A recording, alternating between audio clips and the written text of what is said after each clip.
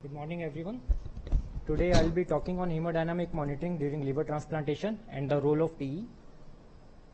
Orthotopic liver transplantation has been performed for the past 3 decades. Despite improvement in the surgical and anesthesia technique, it is still the most challenging surgery for an anesthetist, requiring a dedicated team of anesthesia and jamboree of monitors to improve the patient outcome.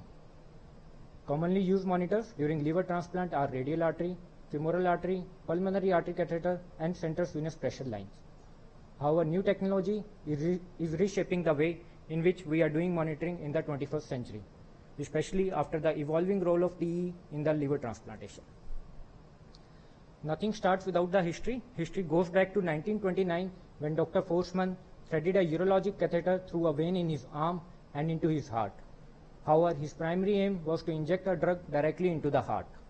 Then in 1967, thermistor tip catheter came into the market for the cardiac output monitoring.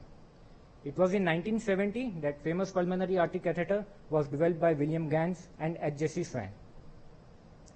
This is a PA catheter timeline. It is showing how the popularity of PA catheter has gone down over the past 5 decades, and it was basically due to the complications associated with the pulmonary artery catheter, such as pulmonary artery rupture, infection, and arrhythmia.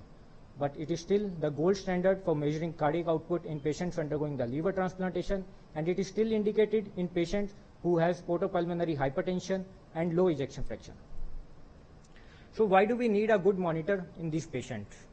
Basically, this liver transplant surgery has been divided into 3 phases: dissection phase, anhepatic phase, and the neohepatic phase.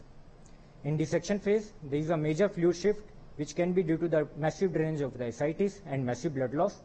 Intermittent handling of the liver and IVC can further compromise the hemodynamic stability.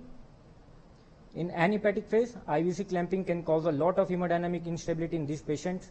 Moreover, hyperfibrinolysis starts in this phase and it can become severe after the reperfusion of the graft. In neohepatic phase, post-reperfusion syndrome can cause a lot of hemodynamic instability, and usually this instability improves over a period of 24 to 48 hours after the reperfusion of the graft. The other reason why we need a good monitor in these patients is the presence of the cirrhotic cardiomyopathy. So what are the cardiac changes in these patients? They usually have a normal systolic function, or their systolic function may be supranormal. Most of these patients do have a diastolic dysfunction due to the presence of hypertrophy, fibrosis, and subendothelial edema.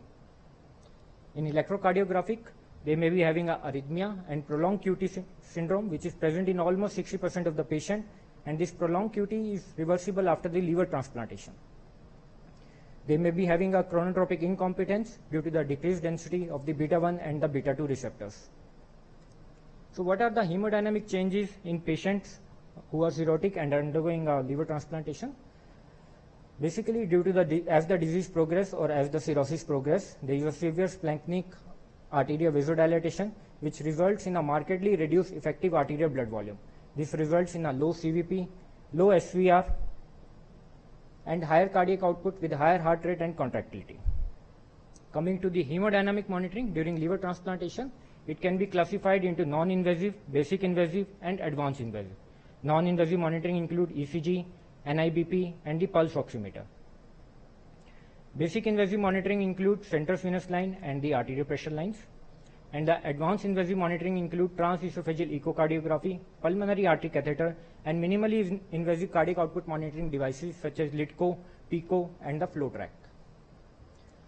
So I'll be starting with the CVP monitoring. I'll not be going into the details of how these waveforms are formed and what is their significance. So what is the evidence of keeping low CVP during the liver transplantation? This study was done on the intraoperative fluid management during orthotopic liver transplantation. It was a 2-center study. At center 1, they kept a low CVP, and at the other center, they kept a normal CVP, and they found that there was a decreased amount of blood transfusion and blood loss in a low CVP group, but it was at the cost of increased AKI and increased mortality in the postoperative period.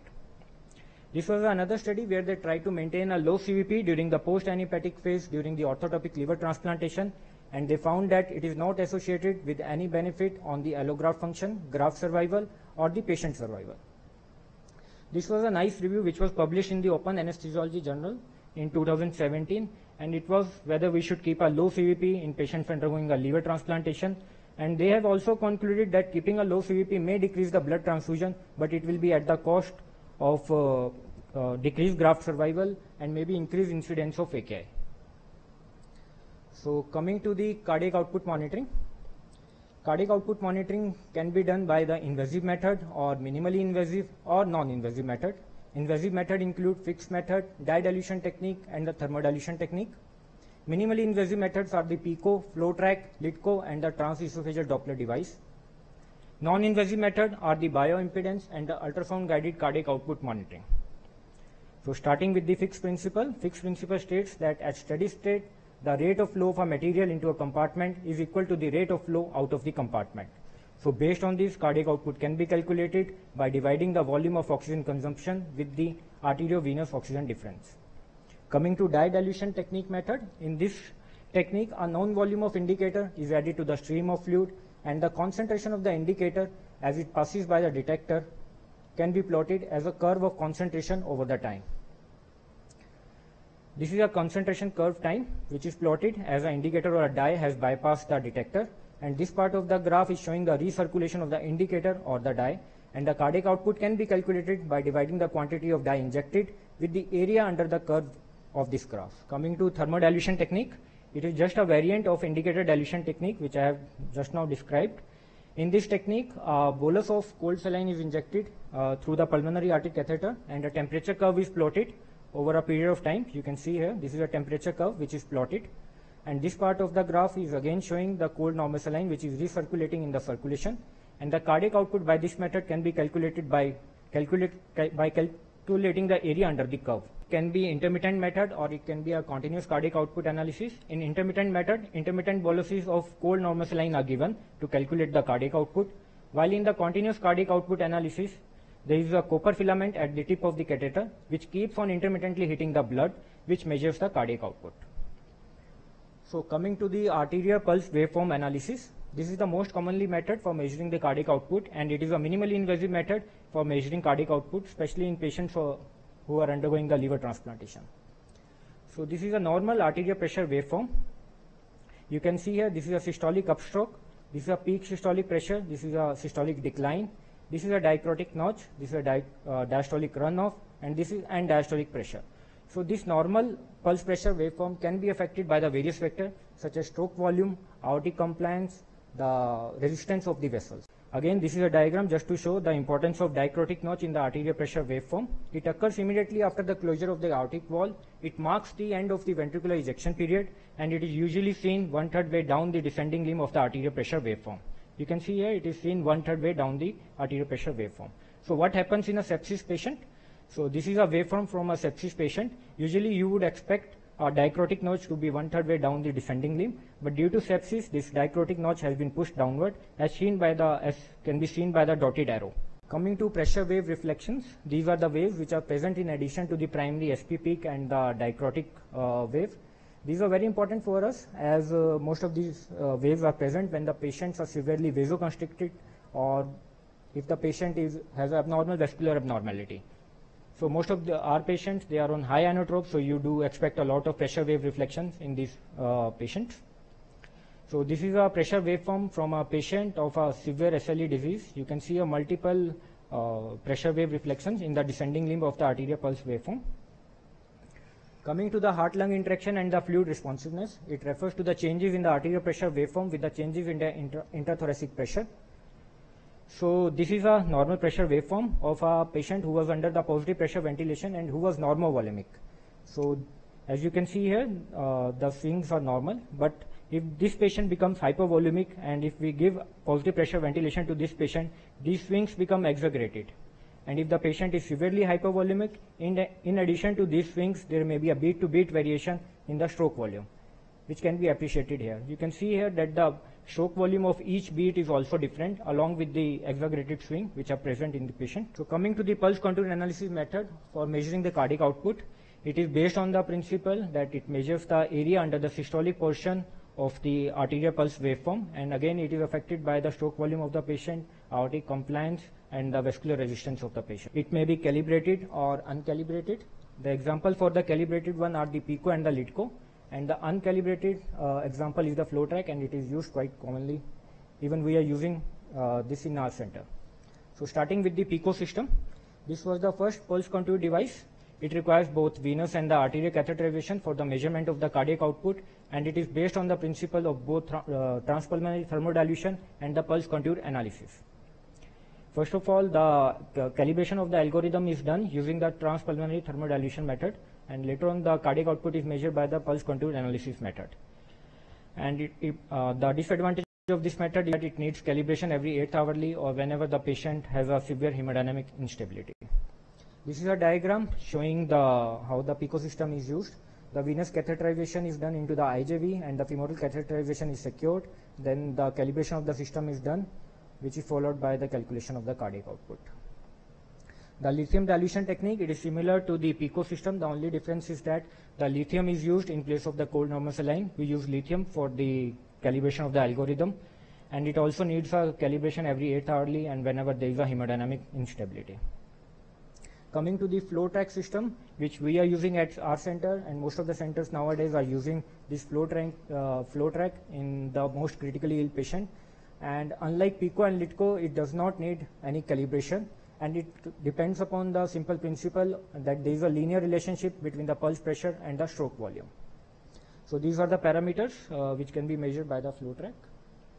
Coming to the other non-invasive, minimally invasive method of measuring the cardiac output, transesophageal Doppler method. This is a transesophageal Doppler device. It is just like a Rayleigh tube or a orogastric tube.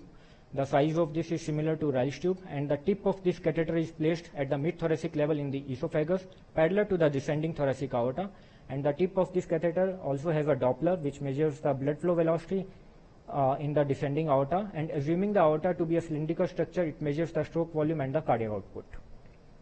Coming to the non-invasive method of measuring the cardiac output, one is the USCOM, which is the ultrasound guided cardiac output monitoring device, and this is the probe which is used for measuring the cardiac output. To measure the cardiac output, this probe can be placed either in the suprasternal region or it can be placed in the supraclavicular region to measure the blood flow velocity in the aorta, or it may be placed in the parasternal region to measure the blood flow velocity in the pulmonary artery. And assuming both pulmonary artery and aorta as a cylindrical structure, it can measure the stroke volume and the cardiac output. The other method, the other non-invasive method is the bioimpedance. In this method, ECG electrodes are placed over the patient body, as can be seen here, and depending upon the resistance to the electric current, the cardiac output is calculated in this. Other non-invasive method is the Nexfin method. Just like a pulse oximeter probe, the probe of this Nexfin is placed over the patient finger to calculate the cardiac output. Now this study was published in the British Journal of Anesthesia in 2013, where they tried to compare the non-invasive method by Nexfin with the invasive arterial pressure monitoring, and they came with the conclusion that at present we should not replace invasive arterial monitoring with the non-invasive monitoring, that is Next. This is a summary of all the devices which I have explained just now. Now coming to the role of transesophageal echocardiography in liver transplantation. This is a transesophageal echocardiographic probe, and it can be inserted using a video laryngoscope. As you can see here, the TE probe is going into the esophagus, and depending upon the site of the tip of the TE probe, various views can be obtained, which are upper esophageal, mid-esophageal, transgastric, and the deep transgastric. This was a comprehensive review on transesophageal echocardiography during orthotopic liver transplantation, and they said that it appears to be safe to place a TE in liver transplantation patients without grade 3 varices or an acute history of upper GI bleed. The incidence of major complication after TE probe insertion in a patient who had a esophageal varices is almost 0.03 to 0.8%, and the incidence of other complications such as esophageal perforation, heart failure, arrhythmia, and tracheal intubations are quite less. This is another study where they tried to find out the bleeding risk in patient with esophageal varices undergoing the transesophageal echocardiography, and they concluded that TE can be performed without serious bleeding risk in patients with grade 1 or 2 esophageal varices only. Now coming to the use of TE in the liver transplantation. This was a case report in which the transesophageal echocardiography guided thrombus extraction was done from the IVC, and they gave catheter-directed thrombolytic therapy during the orthotopic liver transplant. This case report, we recently published this case report in Indian Journal of Anesthesia, where TE helped us in managing a patient of unanticipated severe pulmonary hypertension during the living donor liver transplantation. And we also used the milrinone in this patient to manage the right ventricular dysfunction and the high pulmonary artery pressure. This is another case report where TE played a very important role. In this case report, they were able to find a cause of refractory hypotension after the reperfusion of the liver, and they found that it was a dynamic left ventricular outflow tract obstruction which was causing a lot of hemodynamic instability. As you can see here, this is an anterior leaflet of the mitral valve, and this is the 3D version of the same. As you can see here, during the systole, this anterior leaflet of the mitral valve is going and obstructing the left ventricular outflow tract obstruction. And it was quite evident on the TE, and they were able to treat this patient. This is another study where the TE was used in the liver transplantation, and they tried to see the common findings during the different phases of the liver transplantation. And they found that during the reperfusion, microemboli was present in almost 40% of the patient. Isolated right ventricular dysfunction was present in 22% of the patient, and intracardiac thromboemboli was found in the 20% of the. So coming to the cardiac output measurement by the TE, it is very important to measure the cardiac output in this patient, as it can guide us about the fluid therapy also. So as you can see here, this is a mid-esophageal long axis view. First of all, the cross-sectional area of the LVOT is measured at this level. Then the probe is inserted into the deep transgastric level, and the VTI is obtained from the deep transgastric view. And based on that, stroke volume is calculated, and by multiplying heart rate with the stroke volume, cardiac output can be obtained. Now coming to the evaluation of hepatic vein and portal vein by the, this is one of our patient in which we try to evaluate the portal vein and the hepatic vein of the patient. As you can see here, this is the IVC of the patient. It is opening into the RA, and this is the portal vein of the patient. Now I'll be putting a Doppler color flow on this patient. Now you can see this is the hepatic vein. The flow is towards the IVC, and a good flow can be seen in the hepatic vein.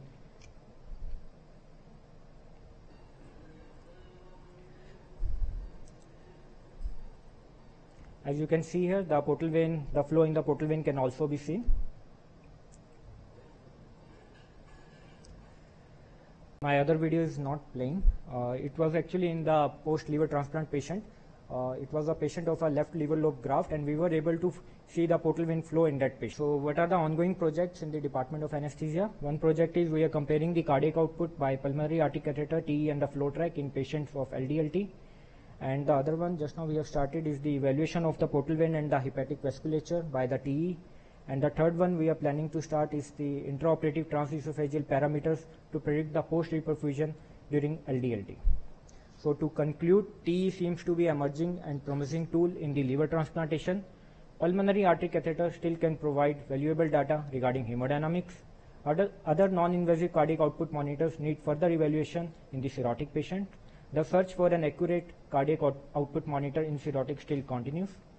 Thank you very much for your patience.